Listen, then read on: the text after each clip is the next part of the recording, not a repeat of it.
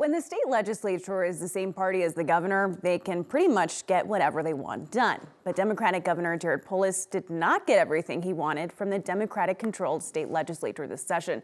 And yet, you wouldn't know it based on how friendly they all seem today.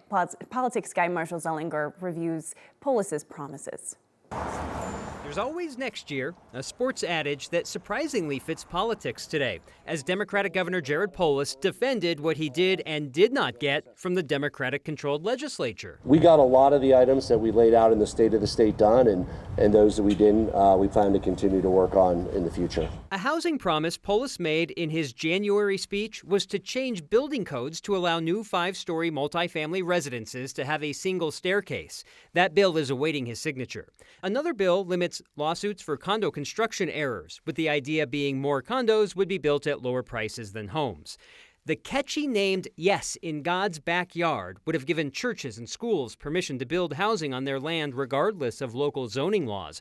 That failed. But there's always next year for that bill that will put the state at odds with local elected leaders. Yes in God's Backyard, we'll plan on continuing working on next year and hopefully get it done. With the Democratic-controlled legislature rejecting some of his key policy wishes, is the seemingly presidential hopeful a lame duck governor. I think this session was much better for us than 2 sessions ago when our whole housing agenda failed at the end of session in one bill. When the session begins in January, the first 5 bills introduced by lawmakers are key policies they want passed, like Senate Bill 5, which would allow unions to form without a currently required second vote.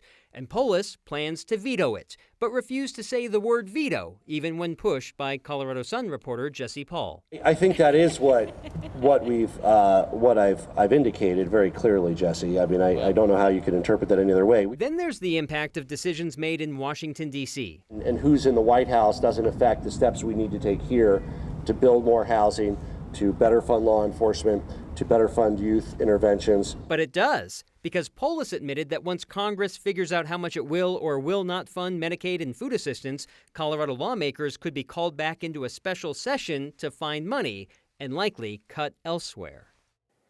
Colorado's budget starts July 1st. That federal budget starts October 1st. The next Colorado legislative session is next January, so any funding decision made by Congress will impact Colorado before lawmakers go back to work, and that's why a special session is likely, Angeline. So a special session to talk about how not to spend as much money, but then special sessions cost money. It costs money. You got to pay the lawmakers, you got to pay the staff. I don't know, there's always an estimate, and I don't remember what it is at this moment, but yeah, as they're coming back to work to cut money, if they have to cut money, they also have to take into account cutting enough money to cover the costs of being at work for 3 days. It's a little bit of a balance. We'll see how it goes. Thanks, Marshall.